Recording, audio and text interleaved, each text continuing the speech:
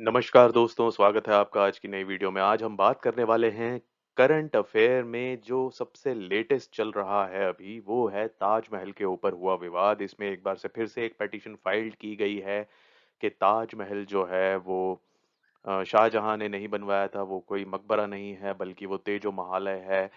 क्या है ये पूरा मामला, इसके बारे में हम समझेंगे आगे की स्लाइड्स में। तो ये आर्टिकल कल पब्लिश हुआ था और आज भी कई जगह कई वेबसाइट्स पे ये आर्टिकल पब्लिश हुआ कि जिसमें ये पूछा गया है कि क्या ताजमहल वाकई में हिंदू आइडल्स रखे हुए हैं वहां पर, उन कमरों में छुपे हुए हैं, क्या है इसकी पूरी सच्चाई। कई सारे न्यूज़ पोर्टल्स ने इस बारे में आर्टिकल पब्लिश किया, तो इसके बारे में जानकारी देते हैं आपको।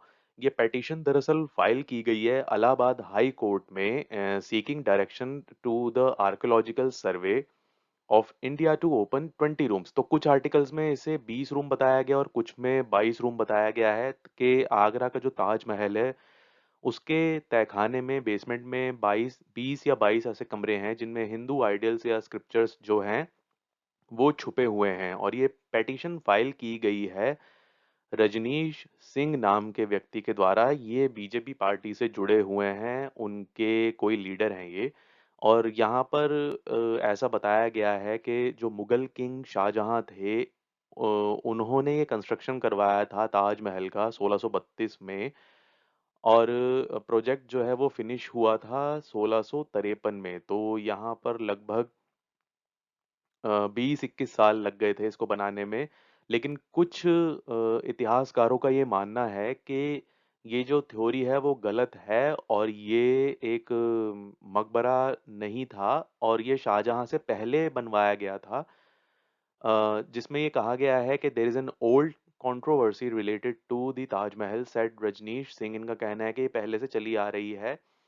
और काउंसल एडवोकेट रुद्र विक्रम सिंह कि भाई 20 कमरे ताजमहल के नीचे छुपे हुए हैं जहां पर अलाउड नहीं है किसी का भी जाना। और ऐसा माना जाता है कि इन कमरों में हिंदू देवी देवता के स्क्रिप्चर्स और मूर्तियां रखी हुई हैं। वकील का कहना है कि कोई परेशानी नहीं है इन कमरों को खोल के चेक करने में कि वाकई में ये ऐसा है कि नहीं है, तो कंट्रोवर्सी खत्म हो जाएगी, इनका ही मानना है।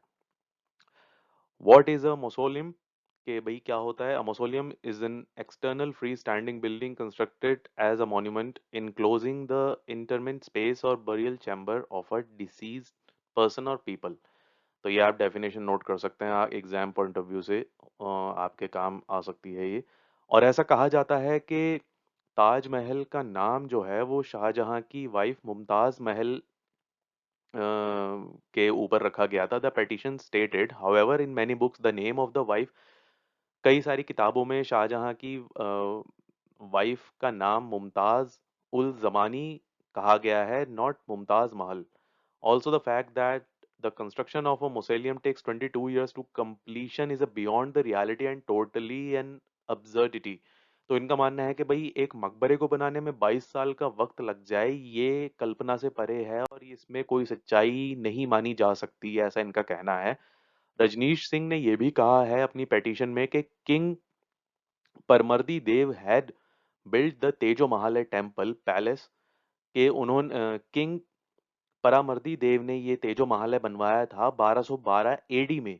और उस लोकेशन पर जहां अभी ताजमहल लोकेटेड है, उनका ऐसा क्लेम है कि ये मंदिर जो है उसके बाद पास डाउन किया गया था जो दूसरे राजा थे उनको 1632 ईस्वी में।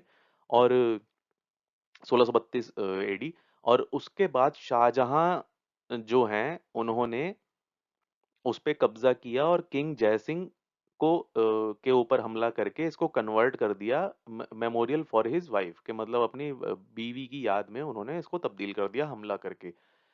ऐसा इस पेटिशन में कहा गया है, it is respectfully submitted that since Taj Mahal is the ancient monument and crores of money is being invested for the preservation of the monument, the correct and complete historical fact about the monument should be disclosed to the public, the petition added। कि भाई इसके ऊपर इतना tax payers का खर्चा होता है इसको मेंटेन करने में, इसकी रिनोवेशन में, साफ सफाई में, हर चीज में, तो कम से कम पब्लिक को इसके बारे में सच्चाई पता होनी चाहिए कि आखिर क्या है।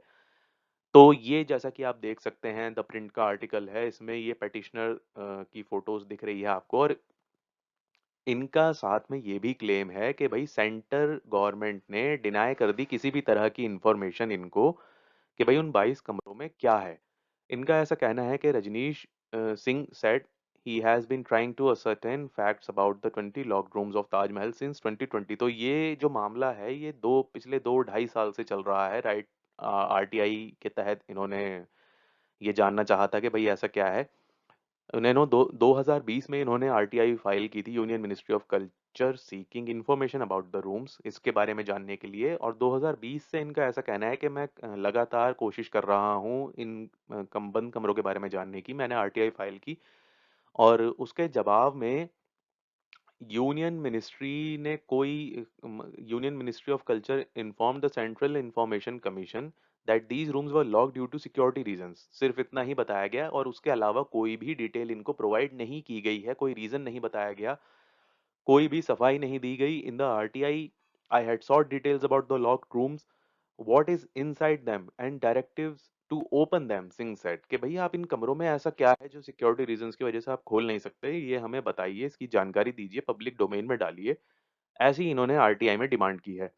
और जब इनके सारे एफर्ट्स फेल्ड हो गए, कोई इनको रास्ता नहीं सूझा, उसके बाद इन्होंने लखनऊ हाई कोर्ट में ये दलील दी है कि भाई आप डायरेक्शन बताइए सरकार को कि इन कमरों को खोले और एक फैक्ट फाइंडिंग कमेटी भेजे वहां पर जो ये पता करे कि क्या वहां पर वाकई में हिंदू गॉड एंड स्क्रिप्चर्स हैं या नहीं है, या ये सिर्फ एक अफवाह फैलाई गई है। तो देखने में कोई हर्जा नहीं है, इनका कहना है।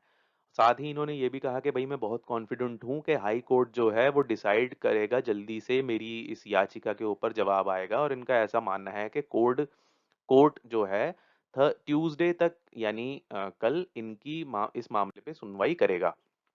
यहाँ पर ये भी आपको बताना चाहेंगे कि 2015 में भी 6 वकीलों ने ये केस किया था कोर्ट में कि ताजमहल जो है वो असल में एक शिव मंदिर है। 2017 में बीजेपी लीडर, क्योंकि बीजेपी काफी फेमस है इन इस तरह के मामलों के लिए, एक आरएसएस आइडियोलॉजी और हिंदू संगठन के मामले में हिंदू एक पार्टी कही जाती है वो देश की। तो उनका ये कहना है, उसके लीडर जो हैं Vinay Katiyar repeated the claim, उन्होंने दोबारा किया और यूपी के जो सीएम हैं योगी आदित्यनाथ, उनसे कहा कि आप खुद जाकर देखिए कि वहां पर क्या है अंदर उन कमरों में। और जनवरी 2019 में ये दोबारा से जो है कोर्ट में गए। उस वक्त बीजेपी लीडर अनंत कुमार हेगड़े ने भी ये क्लेम किया था कि ताजमहल जो है वो शाहजहां के द्वारा नहीं बनाया गया, rather bought by him from king जय सिंहा। मतलब उन्होंने खुद नहीं बनाया बल्कि खरीदा गया है। तो पीछे कुछ क्लेम थे कि भाई हमला करके कब्जा कर लिया, यहाँ क्लेम हुआ कि खरीदा गया। अब आगे की अगर हम देखें बात, तो such claims have been put to rest not just by historians but also by the archaeological survey of India. तो दोनों ने ही मतलब जो इतिहास का अर्थ है और आर्कियोलॉजिकल सर्वे ऑफ इंडिया है, उन दोनों के द्वारा ही इन तरह के मुद्दों को और इस क्लेम को साइड कर दिया गया था। और उन्हें बता दिया गया था कि भाई ताजमहल जो है वो पार्ट है इतिहास का, ऐसा नहीं है। Taj Mahal history and dismissed claims to ownership.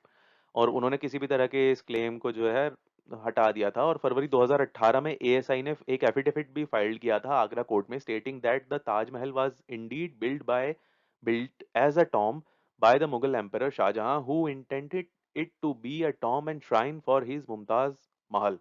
तो उन्होंने ये एफिडेविट बकायदा जो है कोर्ट में दाखिल कर दिया है कि भाई शाहजहां के द्वारा ही बनाया गया है और मुमताज की याद में ही, उनकी बेगम की याद में ही बनाया गया था। अब ये केस कहाँ तक पहुंचता है, क्या होता है, क्योंकि बाबरी मस्जिद की तरह ही इस मुद्दे को भी काफी तूल दिया जा रहा है मीडिया में और सब जगह, पॉलिटिक्स में भी। कुछ लोग कह रहे हैं कि ये ध्यान भटकाने का नया तरीका है, कुछ लोग कह रहे हैं कि भाई उसे देखने में क्या बुराई है। तो कुछ लोग हमेशा पक्ष में होते हैं, विपक्ष में होते हैं, लेकिन हमारा काम है आप तक करंट अफेयर के माध्यम से कि भाई क्या चल रहा है देश में निष्कर्ष पहुंचाना। तो ना तो हम पक्ष में है ना विपक्ष में है, हम तो बस ये देखते हैं कि भाई फाइनल रिजल्ट क्या आता है इसका। तो एग्जाम पॉइंट ऑफ व्यू से अगर हम देखें तो हमने इसमें सारी डिटेल कवर कर ली है कि भाई पास्ट में कितनी बार कौन से ईयर में किस किस ने पिटीशन फाइल की है, ये पिटीशन क्यों फाइल हुई है, और ये तो कोर्ट ही डायरेक्ट करेगा सरकार को और जो इंस्टीट्यूशंस हैं गवर्नमेंट के कि वो वहाँ जाकर चेक करें, सर्वे करें कि आखिर वहाँ पर है क्या। तो जब तक इन सारी बातों का खुलासा नहीं होता तब तक हम वेट करते हैं। आपका इस बारे में क्या सोचना है? आप अपनी राय कमेंट में ज़रूर दे सकते हैं। अगर आपको वीडियो पसंद आई हो तो इसे लाइक कीजिए, चैनल को सब्सक्राइब करके हमें सपोर्ट कीजिए और बेल आइकन का बटन दबाना बिल्कुल ना भूलें ताकि अगली वीडियो जब हम अपलोड करें तो आपको सबसे पहले नोटिफिकेशन मिले। तो चलते हैं हम, मिलते हैं आपसे अगली वीडियो में, तब तक के लिए जय हिंद, जय भारत।